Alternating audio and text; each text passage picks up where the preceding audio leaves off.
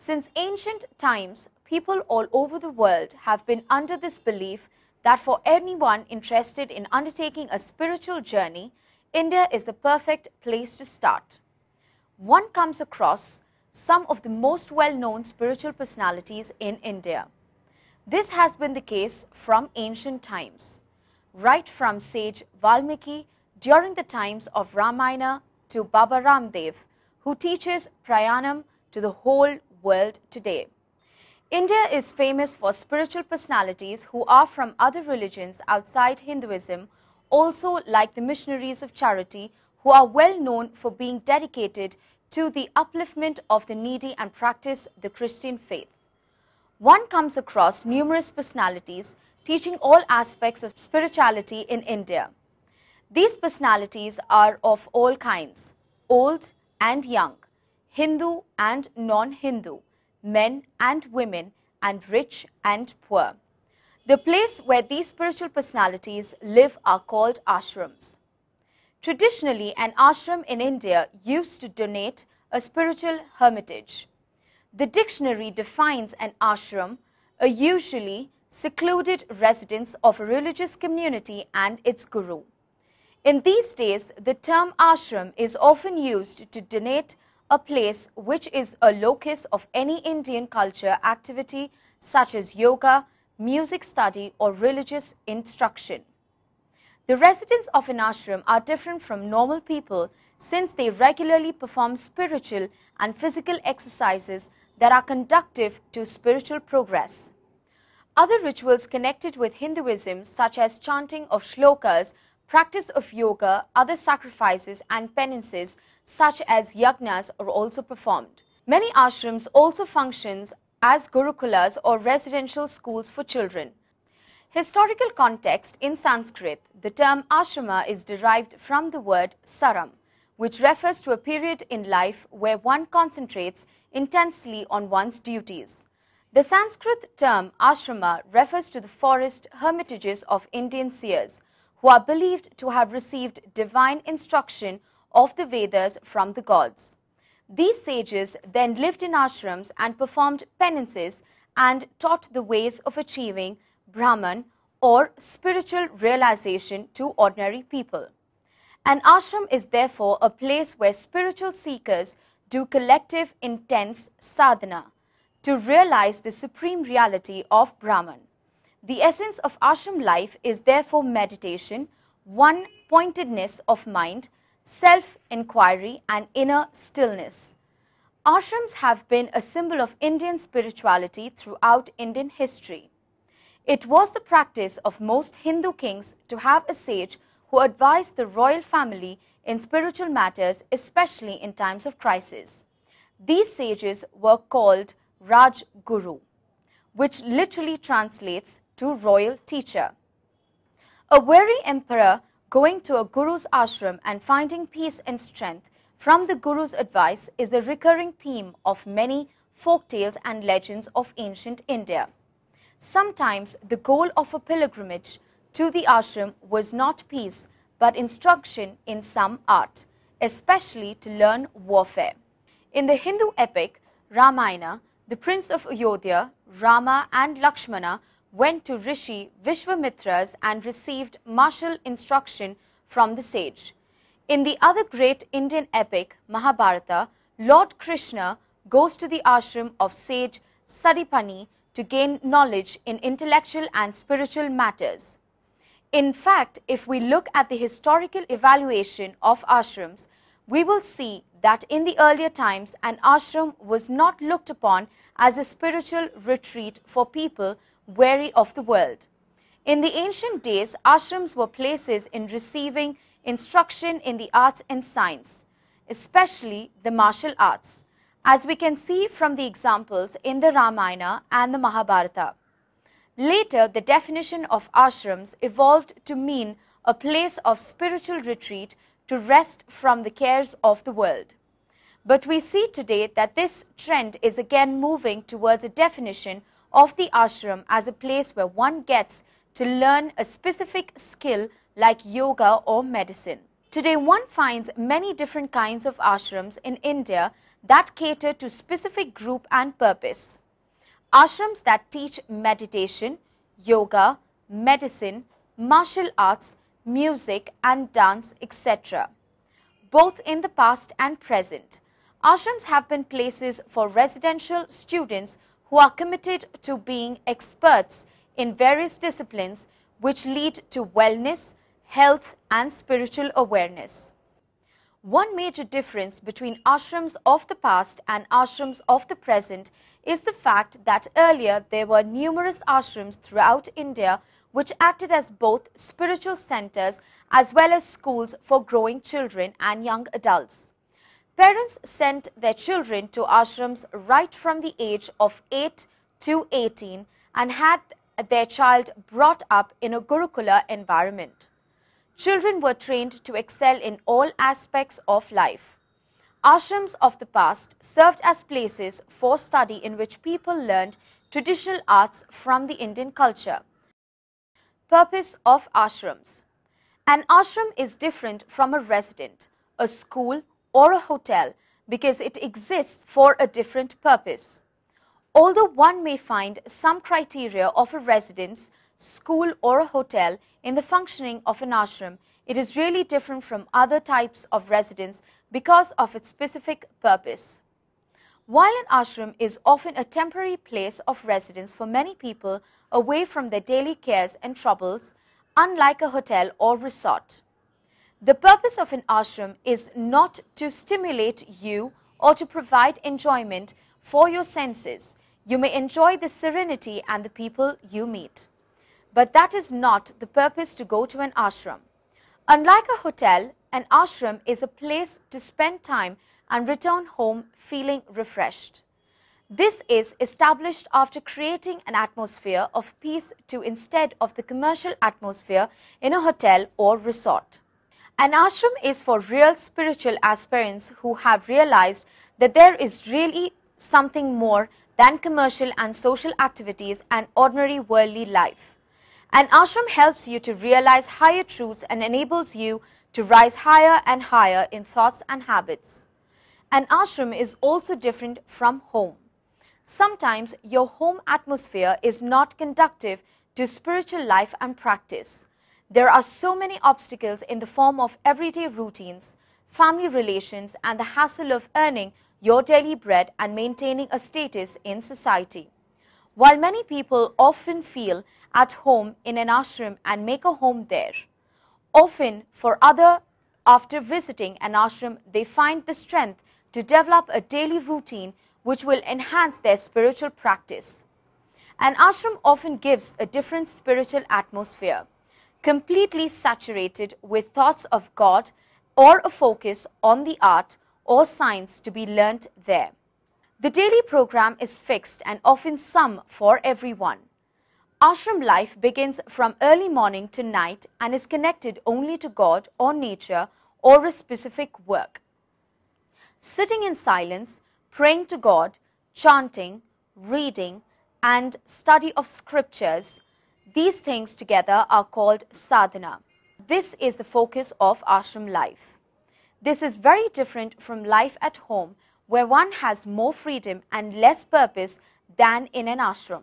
Ashram life is also community life, and it is a place where the spirit of mutual love, respect, and service are cultivated. The behavior of ashramites is always expected to be better than that of a householder and a good example for the right conduct of human life in the world.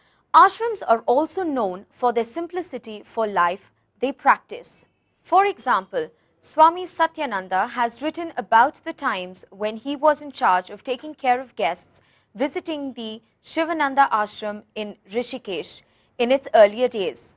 He said he would just give the guests the key to their room and leave them. There was nothing in the room, not even a bed or electricity. This is a far cry from personal comfort we find in many ashrams today. But even then, ashrams do not have the same comfort factor as homes. Ashrams therefore advocate a life of simplicity in dress, food and lifestyle. Ashram life takes step away from the world of fashion and materialism.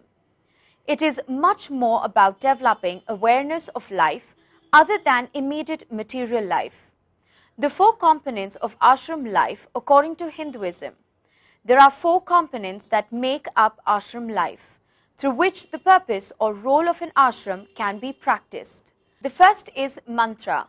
Our physical body is compressed energy and mantra is sound vibration. The sound vibration of the mantra affects the body and changes our consciousness and makes it one with the spirit, which is absolute consciousness. Swami Niranjana tells us that when we have mood swings, the smooth flow of energy in the physical body is affected, which creates a pattern, which goes on to attract a similar situation in the universe, which upon repetition becomes a part of our character. Swami Niranjana feels that mantras clean our consciousness, allowing us to transcend these patterns of behavior. The second component is yoga. Yoga can be described in four stages. The first stage is yoga practice, where yoga practices are used to solve a healthy problem such as backache, that is the limited association with yoga. The second stage of yoga is where a connection is made with higher aims of yoga. Here personal effort is made and yoga becomes a sadhana, a spiritual quest and a spiritual achievement.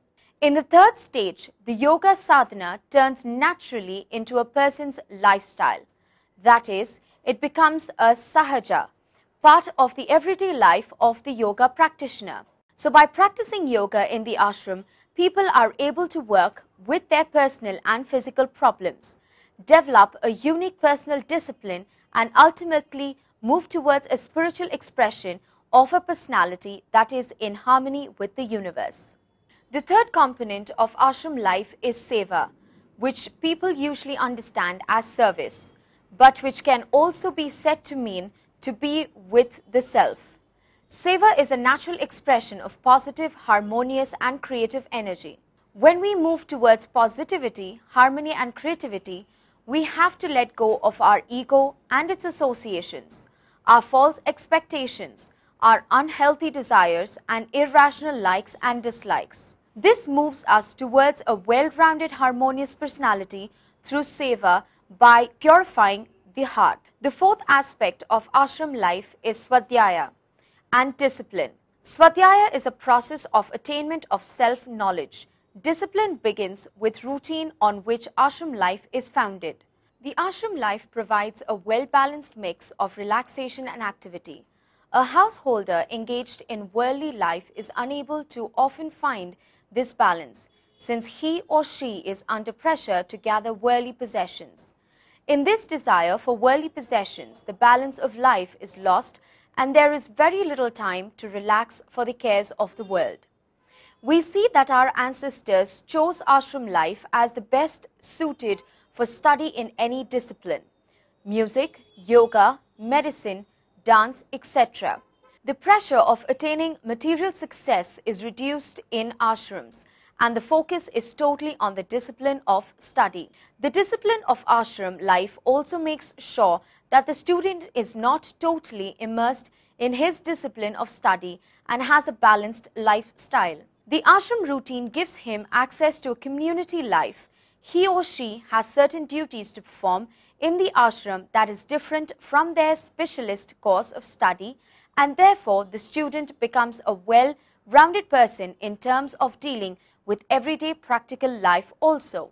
The four components of ashram life therefore enables a person to tap into his potential and become a well-developed, caring personality who is at harmony with himself and serves the world also at the same time.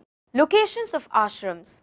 An ashram is usually, but not always, be located far from human habitation, far away even from villages in the middle of the forest or in mountain regions. Ashrams are usually situated in refreshing natural surroundings which are said to be conducive to spiritual instruction and meditation. There are also traditional beliefs that environments which can conduct the vibrant forces of spirituality, where it is possible for a spiritual practitioner to achieve higher goals of spirituality. On a physical level, the quality of the natural environment directly influences the peace surrounding the spiritual practitioner. Noises of traffic and other aspects of worldly human life are said to distract from spiritual practice. However, yoga has never depended on the external environment for spiritual progress. But there is a belief that nature has the capacity to inspire insight and creativity, which is why the preferred location of ashrams is among natural environment. There are also locations which are believed to be under the influence of divine. Such locations are also chosen for ashrams as outlets for people to obtain the higher goals of living. Today, the standard location of ashrams has changed as more people flock ashrams for spirituality and health benefits. Many ashrams are now located in larger cities to accommodate the needs of growing population, as not many people are in position to travel to the forest and remote places for spiritual solace. In this case also, most of these ashrams have tried to be located in natural settings. Ashrams are usually places with lots of trees and bird life. Often, these ashrams serve as oases of greenery in between the concrete jungle. The physical setting itself speaks of the service these ashrams render to both people and to nature by encouraging nature to flourish in the middle of hustle and bustle of city life. Advantages of ashrams. Ashrams exist for two reasons. The first is to encourage work hard on the physical level at any subject that is sought to be mastered. And the second reason is to work hard on the spiritual front. Swami Satyananda explains that the concept of on-doership, through which one can identify the real self, does not come about just by thinking about it, but it can be attained only by facing the mind and its conflicts, which are brought up through the process of ashram life. And when your time expires, just close the file and leave. Then apply the same attitude to your family, work, money and profession. That is the message of the ashram. The main advantage of ashram life is therefore that they encourage higher spiritual achievements in addition to worldly achievements in different specialist subjects. Ashrams encourage effort. An ashram is not meant to be comfortable. It stimulates growth and change. Discipline is another important aspect of ashram life. Discipline is not a popular concept in today's capitalist and materialistic world. In today's world, ashram remains the only place where residents are expected to uphold certain discipline while living or visiting in an ashram, such as attending yoga classes, maintaining silence, etc. The discipline encouraged in ashrams is more natural, and persons living according to the rhythm of nature in ashrams are not subject to stress as in other disciplined situations. In fact, the natural discipline in the ashrams enables many people to de-stress from the harsh discipline seen in modern life. Ashrams encourage silence and simplicity as a way of life. This is something very necessary in today's consumerist world, where the main purpose of life has become to buy and enjoy different material things in life. Many ashrams have also become the only places where people get in touch with nature and animals and plants. Many of our present-day ashrams have become interested in conservation of our natural world and often instill conservation values among their practitioners. Ashrams have also become places where people are served traditional, healthy food which is vegetarian. Vegetarianism is one of the healthier practices of the Indian society, which is also under threat from the modern way of life. Ashrams are usually vegetarian and often serve as a place where traditional farming methods as well as traditional cooking has survived without undergoing changes that have happened in a rapidly globalized society. The food in ashrams is also often fresh and grown in the ashram itself, and therefore organic in nature. Ashrams are also accessible to all and not very expensive. In theory at least, ashrams are not supposed to differentiate between rich and poor, and going for a visit to an ashram is not as expensive as planning and spending a holiday, which is a luxury beyond the dreams of many Indian families. Visiting and staying in ashrams, however, is not such a financial burden, and since it is existed as traditional practice in India for many thousands of years, Indian families are usually able to budget and spend for visiting ashrams. Disadvantages of ashram. No institution, however traditional and established in culture, is an exception to corrupt practices and disadvantages. The traditional Indian Institute of Ashram is also not an exception to this rule. Today, many ashrams are seen to be amazing wealth and indulgent in many dubious practices like blackmail and murder to safeguard such amassed wealth. This has led to a severe crisis of credibility of ashrams among lay people in India. Many of the ashrams and gurus in India today are richer than corporations and governments, and in fact have adopted the corporate mode of operating their worldly goods. This is contrary to the spiritual purpose of establishing ashrams and remains one of the greatest anomalies existing in Indian society today. Many ashrams do not give spiritual leadership but expect people to blindly follow their whims and fancies without any explanation. This has led to the weakening of the critical thinking abilities of the Indian population and widespread corruption in Indian society as well as in Indian ashrams. Ashrams seem to be upholding traditional methods of teaching without developing modern educational ability, which can turn out to be incredibly boring and thus is unattractive to the younger generation. Ashrams have a way of treating everyone like untrustworthy children, which does renunciate well with the younger generation, who like to question and understand everything in life. This leads to the polarization in society where the younger generation misses out a lot of traditional wisdom of Indian life. Many present-day ashrams and gurus have intimate connections with politicians and corporations. There has therefore been a huge increase in the number of corruption charges against ashrams and godmen, leading to a great loss of credibility of ashrams among the Indian population. Ashrams have also become places of big sex scandals involving film stars and godmen. The mixing of religion and politics is a huge threat to the secular nature of our Indian constitution and government. The big corruption and sex scandals and the materialistic behavior of many ashrams and godmen has led to a general distrust of the spiritual credentials of Indian ashrams among the general public. Change is consistent in the world and all traditions are subject to change. While many traditions have changed in India, including traditions within ashrams, and new generations of yogis have come to the world with new trends and new beliefs, the ashram still remains as an embodiment of spiritual society. In fact, the tradition of ashrams is no longer isolated within the Indian borders.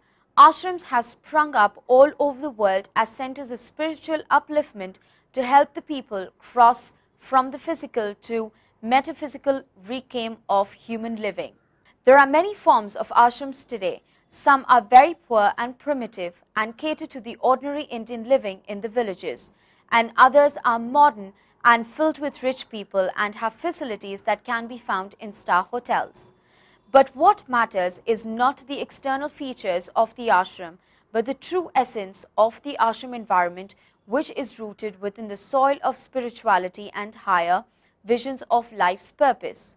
Today's ashrams are getting through a crisis of credibility because of the corruption and sex scandals as well as the materialistic lifestyle adopted by many of the godmen. The lethal mixing of religion and politics that has come about due to the politician-godman nexus is a serious threat to the secular fabric of Indian society. We see here many and not all the ashrams of today have become tainted by the very disease of materialism that they seek in cure to society. In spite of all of this, for several millennium ashrams have been pivotal communities for the spiritual life, guiding innumerable souls of countless generations in their inward journey of spirituality. We see that in spite of many changes in the facades of modernity adapted by many ashrams today, ashrams still maintain their vital role in the spiritual welfare of human life, and now are helping people throughout the world, not only in India. It is hoped that the corrupt phase that ashrams in India are going through today is a passing phase, and they will soon repair their lost glory and become centers of learnings, arts and science, and stand the original spiritual purpose for which they are established.